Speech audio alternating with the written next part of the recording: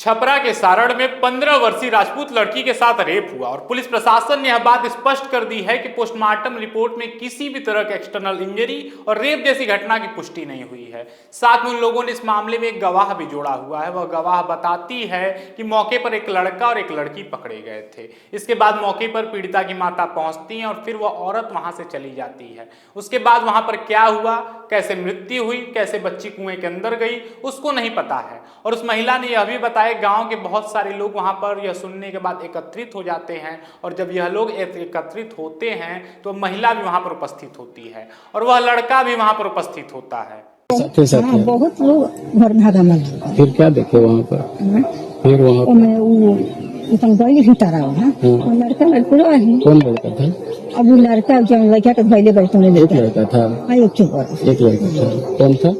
इसी महिला के बयान पर पुलिस ने अपनी रिपोर्ट तैयार की, लेकिन मेरे पास कुछ ऐसे साक्ष्य हैं जिससे मैं यह दावा कर सकता हूं कि पुलिस मामले पर लीपापोती कर रही है। स्क्रीन पर आप सभी को 3 लोग दिखाई दे रहे होंगे, जिसमें एक महिला वह है जिसके बयान पर पुलिस ने ये रिपोर्ट बनाई है। दूसरी महिला पीड़िता की माता है और तीसरा जो बुजुर्ग है वो उसी गाँव का और घटनास्थल के पास में ही रहता है। पहले पीड़िता की माता के बयान को सुनते हैं। पहले से जाके बैठल रहे। अच्छा, पुरानका घर तो गांव से तनी साइड में बा, तो ओजा बेटी काहे लगल रहे? जार न लगा रहे। अच्छा, तो ओजा पहले से वो लोग घात पहले जाके छुप के बैठल रहे।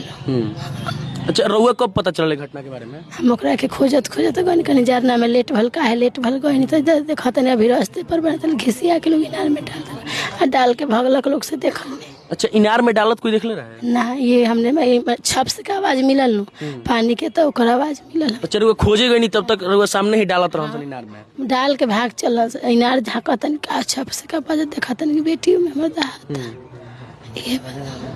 अच्छा, जन 5 लोग पर आरोप लागल बा कि लोग रहे, वो लोग के कोई देखले रहे हो जा? भगलन से तो देखा नहीं। अच्छा, भागत देखने रहे? भागत देखा नहीं। अब पहले पीड़िता की माता यह कह रही हैं कि उन्होंने उस लड़के को वहां से भागते हुए देखा। जब वो मौके पर पहुंची तो लड़का भाग रहा था, जिसके बाद कुएं के अंदर से उनको कुछ आवाजें सुनाई दी। जब वो कुएं के अंदर देखी तो पाई कि उनकी लड़की कुएं के अंदर पड़ी है। अब दूसरी औरत ने बताया यह वही औरत है जिसका जिक्र प्रशासन ने अपनी रिपोर्ट में किया है कि पीड़िता की माता ने उसको फोन कर लड़की के बारे में पूछा। इसके बाद उन्होंने आगे बढ़कर देखा तो पाया कि पीड़िता के साथ एक लड़का वहां पर मौजूद है। तब तक पीड़िता की माता भी मौके पर पहुंच गई और फिर उसके बाद वहां पर गांव वालों का जमावड़ा लग गया। फिर ये औरत वहां से चली जाती। फिर बाद में क्या हुआ, कैसे लड़की की मृत्यु, इस औरत को उस विषय में कुछ भी पता नहीं है। अब तीसरा बयान इस बुजुर्ग का है जो कि पहले कह रहा था कि इसने कुछ नहीं देखा, फिर उसके बाद बताता है कि घटना पर उसने सिर्फ 3 लोगों को देखा है, जिसमें वो लड़की की माता और उसकी बहन थे। इसके बाद इन लोगों में कुछ आपस में बातचीत हुई और फिर उस लड़की ने जाकर कुएं में छलांग लगा दी। अब ये 3 बयान है। यह तीनों लोग बोल रहे हैं कि उन्होंने घटना को देखा है अपनी आंखों से और यह तीनों लोगों के बयान अलग अलग हैं। अब या तो पीड़िता की माता झूठ बोल रही है, या तो वह औरत गलत है, या तो वह बुजुर्ग गलत है जिसने हमें यह बयान दिया है। दादा, यहाँ पर 4 दिन पहले एक लड़की के साथ गैंगरेप होता है और उसको घसीट कर इस कुएं में फेंक दिया जाता है। क्या कुछ आपकी सूचना में है? क्या कुछ आपको पता है क्या हुआ था? नहीं, हम ये सब नहीं जानता है। आप यहीं रहते हैं ना? हाँ। क्या नाम है आपका? हमारा नाम प्रभुराम है। तो आप कुछ नहीं जान रहे हैं? हम उस सब बारे में नहीं जान रहे हैं। हम सिर्फ देखा है, खाना खाता रहा इसी जगह। हाँ। हाँ। देखा है कि लड़की और उसका माँ बहन सब था घर में। हाँ। और ये चौकट से आया और बोल के इनार में कूद गया दौड़ के। लेकिन पुलिस ने कैसे सिर्फ एक औरत के बयान पर अपनी रिपोर्ट तैयार कर दी है? यदि आप सभी के पास बहुत सारे लोगों के अलग अलग बयान थे तो फिर आपने एक को तवज्जो कैसे दिया? अब यह तीनों लोगों की बातों को स्पष्ट करने के लिए कई तरह के जांच हो सकते थे, लेकिन बिना किसी तरह के जांच के रिपोर्ट किस आधार पर तैयार किए गए? साथ में रिपोर्ट में यह बात लिखी हुई है कि लड़का और लड़की एक दूसरे को इंस्टाग्राम के जरिए बातचीत करते थे और यह बयान उन लोगों ने पकड़े गए लड़के युवराज कुमार के बयान पर बताया। अब इन्हीं लोगों की जो थाना प्रभारी हैं डेरनी की प्रीति कुमारी, वह कहती हैं वो लड़का पकड़ा गया है, उसकी दिमागी स्थिति ठीक नहीं है।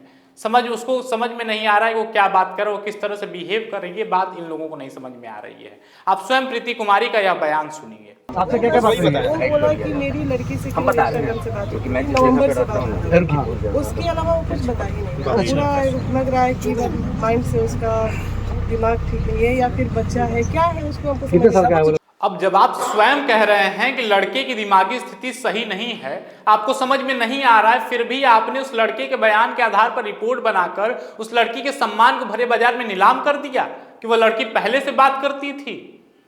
इसके बाद भी जब हमारी टीम घटनास्थल पर पहुंचती है तो हम पाते हैं कि घटनास्थल को सील नहीं किया गया है। कोई भी साधारण व्यक्ति आसानी से घटनास्थल पर पहुंच सकता है और सबूत को मिटा सकता है। गांव वालों के ले जाने पर हम घटनास्थल पर पहुंचे और देखें कि किसी भी तरह का प्रबंध नहीं किया गया है ताकि किसी को घटनास्थल पर रोका जाए।